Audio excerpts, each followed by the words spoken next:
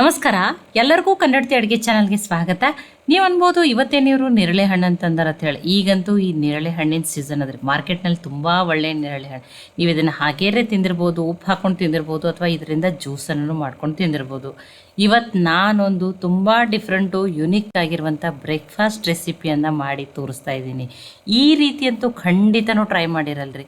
ಈ ನೇರಳೆ ಹಣ್ಣು ಆರೋಗ್ಯಕ್ಕೂ ತುಂಬಾ ಒಳ್ಳೆಯದ್ರಿ. ಈ ನೇರಳೆ ಹಣ್ಣನ್ನು ನಾನು ತೊಳೆದ್ಬಿಟ್ಟು ತೊಗೊಂಡಿದ್ದೀನಿ. ಹಂಗಿತ್ತಂದ್ರೆ ಇದನ್ನು ಹೆಂಗೆ ಮಾಡೋದು ಅಂತ ಹೇಳಿ ನೋಡ್ಕೊಂಬರೋಣ ಬರ್ರಿ. ಈ ನೇರಳೆ ಹಣ್ಣನ್ನಂತೂ ತೊಳೆದ್ಬಿಟ್ಟನೆ ತೊಗೊಂಡಿದ್ದೀನಿ. ನೋಡಿ, ಇದನ್ನು ಈ ರೀತಿ ಚಾಕುನಿಂದ ಮೇಲ್ಗಡೆ ಭಾಗವನ್ನು ಎಲ್ಲನೂ ಕಟ್ ಮಾಡಿಬಿಟ್ಟು ತೊಗೋಬೋದು. ಇಲ್ಲ ಅಂದ್ರೆ ನೀವು ಇದನ್ನ ಏನು ಮಾಡ್ಬೋದು, ತುರಿದ್ಬಿಟ್ಟು ತೊಗೋಬೋದು. ಈ ಚೀಸ್ ಗ್ರೇಟರ್ ಇರ್ತದಲ್ಲ, ಸಣ್ಣದಾಗಿ ಏನು ಮಾಡ್ಬೋದು, ತುರಿದ್ಬಿಟ್ಟು ತೊಗೋಬೋದು. ನಿಮಗೆ ಯಾವುದು ಬೇಗನೆ ಆಗ್ತದಲ್ಲ ನೀವು ಅದನ್ನು ಮಾಡ್ಬೋದು.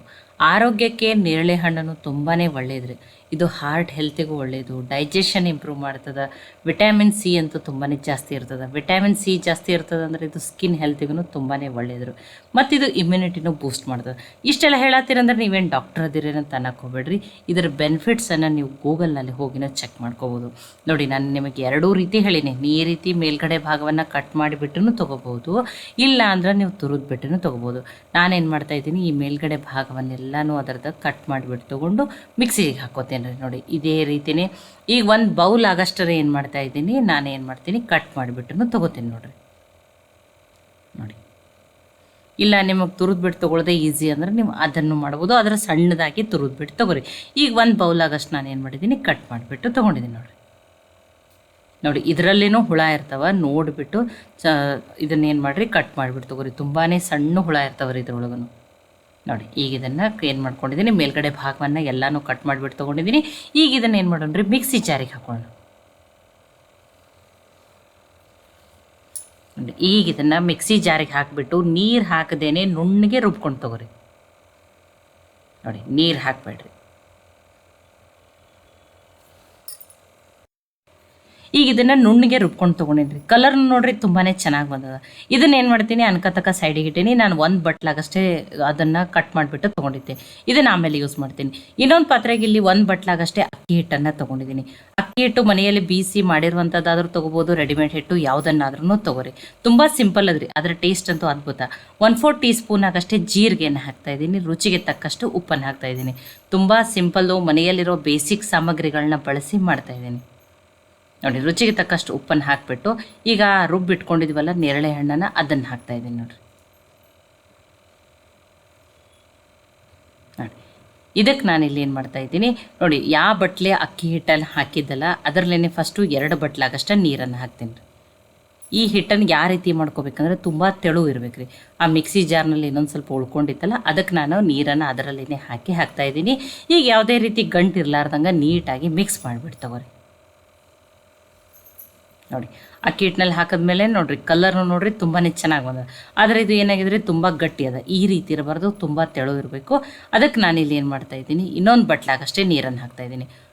2 ಬಟ್ಲ ಹಾಕೊಂಡ್ಮೇಲೆ ಆಮೇಲೆ ನೋಡಿ ಈ ರೀತಿ ನೀರನ್ನು ಹಾಕೋರಿ. ಒಮ್ಮೆಲೇನೂ ಹಾಕೋಬಿಡ್ರಿ. ನಾನು ಯಾವ ರೀತಿ ಎಷ್ಟು ತೆಳು ಇರಬೇಕಂತ ಹೇಳಿನೂ ನಾನು ನಿಮಗೆ ತೋರಿಸ್ತೀನಿ ನೋಡಿರಿ. ನೋಡಿ, ತುಂಬಾ ತೆಳು ಇರಬೇಕು, ಯಾವುದೇ ರೀತಿ ಗಂಟು ಇರಲಾರ್ದಂಗೆ ನೋಡ್ಕೊರಿ. ನೋಡಿ, ಇನ್ನೂ ಗಟ್ಟಿ ಅದ್ರಿ, ಇದಕ್ಕಿಂತನೂ ತೆಳು ಇರ್ಬೇಕು ರೀ. ಈಗ ನಾನು ಏನು ಮಾಡಿದ್ದೀನಿ, ಯಾವ ಬಟ್ಲೆ ಅಕ್ಕಿ ಹಾಕಿನಲ್ರಿ ಅದರಲ್ಲೇ 3 ಬಟ್ಲ ಅಷ್ಟು ಹಾಕಿದೆ. ಇದು ಅರ್ಧ ಬಟ್ಲ ಅಂದ್ರೆ 3.5 ಬಟ್ಲಾಗಷ್ಟೇ ನೀರನ್ನು ಹಾಕಿದೆ. ಈಗ ಇದನ್ನು ಇಮಿಡಿಯೇಟಾಗಿಯೇ ಮಾಡ್ಕೋಬೋದು. ನೀವು ಇದನ್ನು ಯಾವುದೇ ರೀತಿ ಹಿಟ್ಟು ನೆನೆಯುವ ಅವಶ್ಯಕತೆ ಇಲ್ಲ. ಈಗ ಇದನ್ನು ಅನ್ಕತಕ್ಕ ಸೈಡಿಗೆ ಇಡ್ತೀನಿ. ಒಂದು ಚಟ್ನಿಯನ್ನು ರೆಡಿ ಮಾಡ್ಕೋತೀನಿ ರೀ. ಚಟ್ನಿ ಆಗುತ್ತಕ್ಕ ಅದು ನೆನಿಲಿ ಅಷ್ಟೇ ರೀ, ನೀವೇ ನೆನೆಸ್ಬೇಕತ್ತೇನೆ ಇಲ್ಲ. ಈಗ ಮಿಕ್ಸಿ ಜಾರಿಗೆ ನಾನು ಒಂದು ಅರ್ಧ ಬಟ್ಲಕ್ಕಷ್ಟು ಹುರಿದಿರುವ ಶೇಂಗಾನ ಹಾಕ್ಕೊಂಡಿದ್ದೀನಿ. ಸ್ವಲ್ಪ ಹಸಿ ಶುಂಠಿ, 2 ಬೆಳ್ಳುಳ್ಳಿ ಹೆಸಳನ್ನು ಹಾಕಿದ್ದೀನಿ, 3 ಮೆಣಸಿನ್ಕಾಯಿನ ಹಾಕಿದ್ದೀನಿ. ಖಾರ ನೀವು ನೋಡಿಬಿಟ್ಟು ಹಾಕೋರಿ. 1/4 ಟೀ ಸ್ಪೂನ್ ಆಗಷ್ಟೇ ಜೀರಿಗೆನ ಹಾಕಿದ್ದೀನಿ. ಫ್ರೆಶ್ ಆಗಿರುವ ಕರಿಬೇವು ಸೊಪ್ಪನ್ನು ಹಾಕ್ತಾಯಿದ್ದೀನಿ. ಬೆಳ್ಳುಳ್ಳಿ ತಿನ್ನಲ್ಲ ಅನ್ನೋರು ಬೆಳ್ಳುಳ್ಳಿನ ಸ್ಕಿಪ್ನು ಮಾಡ್ಕೋಬೋದು. ರುಚಿಗೆ ತಕ್ಕಷ್ಟು ಉಪ್ಪನ್ನು ಹಾಕ್ತಾಯಿದ್ದೀನಿ. ಕೆಲವರು ಚಟ್ನಿ ಹುಣಸೆ ಹಣ್ಣನ್ನು ಹಾಕ್ತಾರೆ, ನೀವು ಹುಣಸೆ ಹಣ್ಣನ್ನು ಅದನ್ನು ಹಾಕೋಬೋದು. ನಾ ಏನು ಹಾಕ್ತಾಯಿಲ್ಲ ರೀ. ನೋಡಿ, ಇವತ್ತೊಂದು ಡಿಫ್ರೆಂಟಾಗಿ ಚಟ್ನಿ ಮಾಡ್ತಾಯಿದ್ದೀನಿ ಹುಣಸೆ ಹಣ್ಣು ಬೆಳೆ.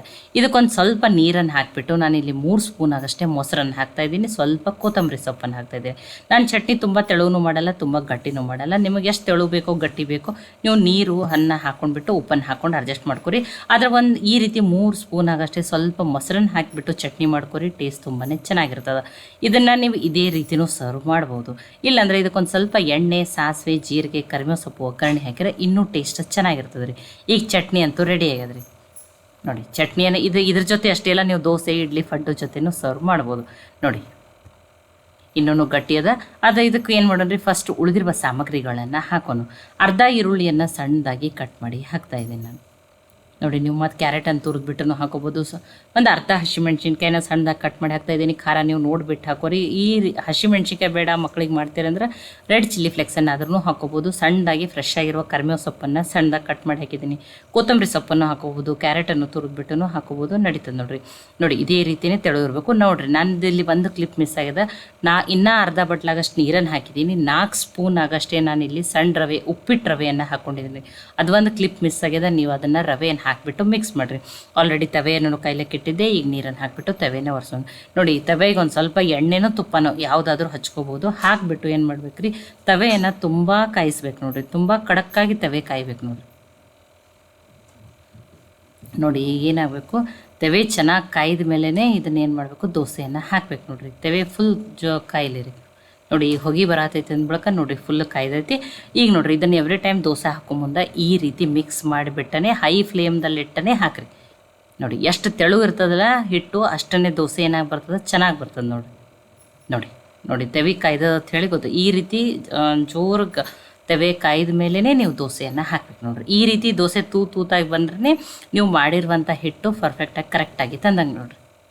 ನೋಡಿದ್ದು ಆಮೇಲೆ ಹಿಟ್ಟನ್ನು ಹಾಕಿದ್ಮೇಲೆ ಅಥವಾ ದೋಸೆಯನ್ನು ಹಾಕಿದ್ಮೇಲೆ ನೀವೇನು ಮಾಡಬೇಕು, ಇದನ್ನು ಲೋ ಫ್ಲೇಮ್ದಲ್ಲಿಟ್ಟನೆ ಬೇಯಿಸ್ಬೇಕು. ಮೇಲೆ ಇನ್ನೊಂದು ಸ್ವಲ್ಪ ಬ್ರಷ್ದಿಂದ ಎಣ್ಣೆ ಹಚ್ಬೋದು ಅಥವಾ ಎಣ್ಣೆನೂ ಹಾಕ್ಬೋದು, ನಡೀತದೆ. ಇಲ್ಲ ಕಡಿಮೆನೇ ಎಣ್ಣೆ ಇರಲಿ ಅಂದ್ರೆ ಅಷ್ಟೇ ತೆವಿಗೆ ಏನು ಹಚ್ಚಿರ್ತಿರಲ್ಲ ಅಷ್ಟಕ್ಕೆ ಸಾಕು ಮಾಡ್ಬೋದು ನೋಡಿರಿ.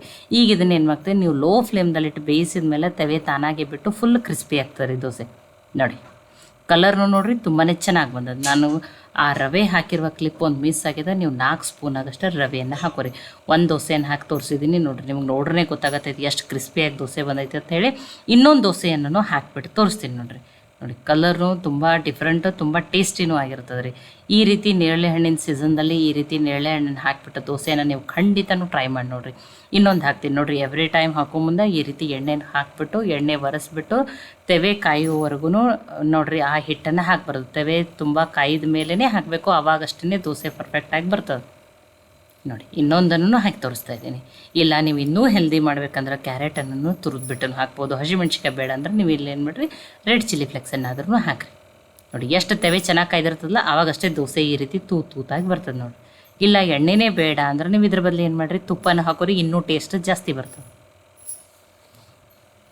ನೋಡಿ 2 ದೋಸೆಯನ್ನು ಮಾಡಿಬಿಟ್ಟಿದ್ದೀನಿ. ಇದನ್ನು ಹಿಟ್ಟನ್ನು ಹಾಕಿದ್ಮೇಲೆ ಇಮಿಡಿಯೇಟಾಗಿ ನೀವು ಲೋ ಫ್ಲೇಮ್ದಲ್ಲಿ ಹಿಟ್ಟನ್ನೇ ಬೇಯಿಸ್ರಿ. ನೋಡಿ ಇಷ್ಟು ಚೆನ್ನಾಗಿ ಇಷ್ಟು ಕ್ರಿಸ್ಪಿಯಾಗಿ ನಿಮ್ಮ ದೋಸೆನೂ ಪರ್ಫೆಕ್ಟಾಗಿಯೇ ಬರ್ತದೆ. ನೋಡಿ 2 ದೋಸೆನ ಹಾಕಿಬಿಟ್ಟು ತೋರಿಸಿದ್ದು ನೋಡಿ, ಪರ್ಪಲ್ಲಾಗಿ ಎಷ್ಟು ಕಲರ್ಫುಲ್ಲಾಗಿ ದೋಸೆ ಎಷ್ಟು ಚೆನ್ನಾಗಿ ಬಂದದ ನೋಡಿರಿ. ನೋಡಿ ಕ್ರಿಸ್ಪಿ ಅಂತೂ ನಿಮಗೆ ನೋಡ್ರೇ ಗೊತ್ತಾಗತ್ತೈತಿ. ಈಗ ಇದನ್ನು ಬಿಸಿ ಬಿಸಿ ನೇರಳೆ ಹಣ್ಣಿನ ದೋಸೆ ಚಟ್ನಿ ಜೊತೆ ಸರ್ವ್ ಮಾಡೋಣ ನೋಡಿ. 2 ದೋಸೆನ ನಿಮಗೆ ಮಾಡಿಬಿಟ್ಟು ತೋರಿಸಿದ್ದೀನಿ.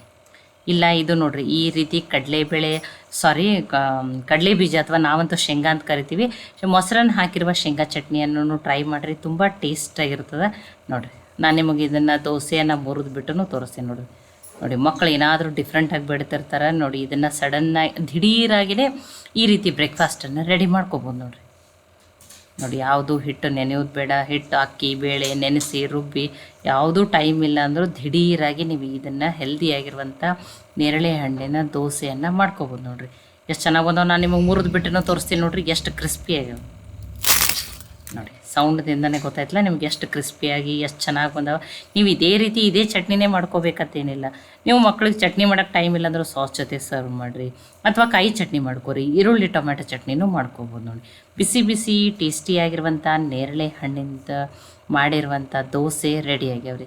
ಈ ಕಡಲೆ ಬೀಜ ಅಥವಾ ಶೇಂಗಾ ಚಟ್ನಿ ಜೊತೆ ಅಂತೂ ಮೊಸರಾಕಿ ಮಾಡಿರೋ ಚಟ್ನಿ ಜೊತೆ ಅಂತೂ ಬೆಸ್ಟ್ ಕಾಂಬಿನೇಷನ್ ರೀ, ತುಂಬ ಟೇಸ್ಟಿಯಾಗಿರ್ತದೆ ರೀ. ಈ ರೆಸಿಪಿ ನಿಮಗೆ ಇಷ್ಟ ಆಗಿತ್ತಂದ್ರೆ ಲೈಕ್ ಮಾಡಿ, ಶೇರ್ ಮಾಡಿ, ಕಮೆಂಟ್ ಮಾಡಿರಿ. ಖಂಡಿತನೂ ಟ್ರೈ ಮಾಡಿ ನನಗೆ ಹೆಂಗೆ ಬಂದಿತ್ತು ಅಂತ ತಿಳಿಸ್ರಿ.